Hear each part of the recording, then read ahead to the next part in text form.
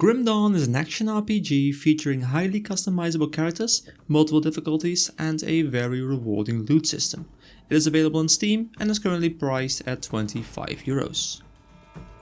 Hello everybody, my name is Ekay and you're watching EkayTech.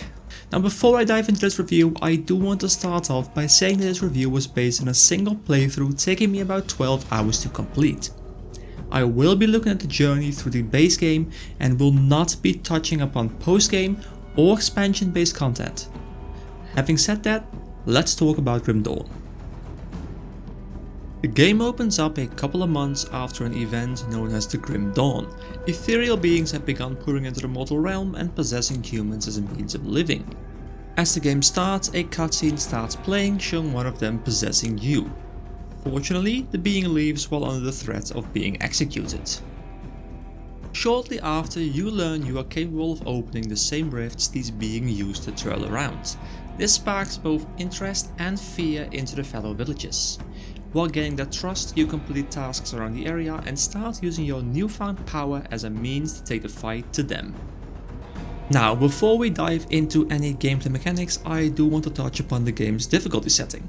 As you create a character, you have the option to choose a difficulty. Initially, only normal and veteran are available. Normal being for players new to action RPGs, and veteran, as the name suggests, being a harder version of normal. Once you complete the game on normal or veteran mode, the elite difficulty unlocks, and upon completing elite, the ultimate difficulty becomes available. Each difficulty acts as a new game plus feature, allowing you to restart the game with your character intact. Monsters will be more difficult, higher level, and drop better loot. After completing veteran mode, I was only level 38, leaving more than enough room for higher difficulty playthroughs. Given the top-down perspective in Grim Dawn, the performance is pretty great.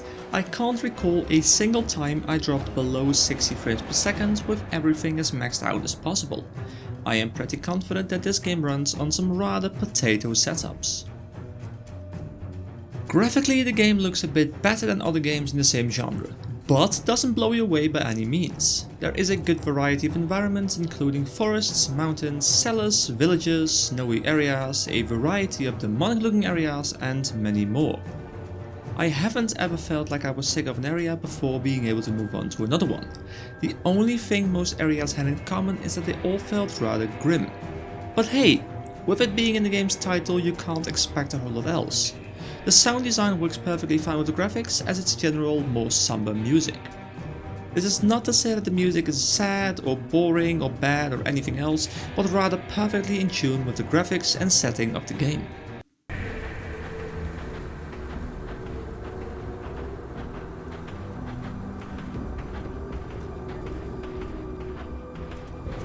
While the game takes you through a pretty linear path in the main story, there is plenty of room to complete side quests, farm faction points for rewards, hunt hero monsters for loot, or do any other standard RPG task. As you level up through whatever means you prefer, you gain a plethora of customization options. First off, you get one stat point that you can invest into any of 3 stat lines. Secondly, you get a skill point to, you guessed it, unlock skills.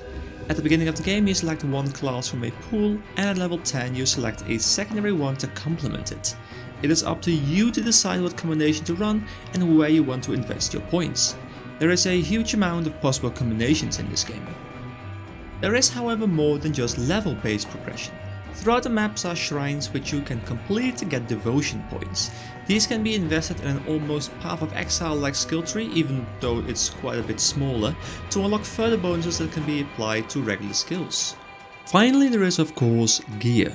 There is no online trading, there is only you going around filling up your inventory with that good loot.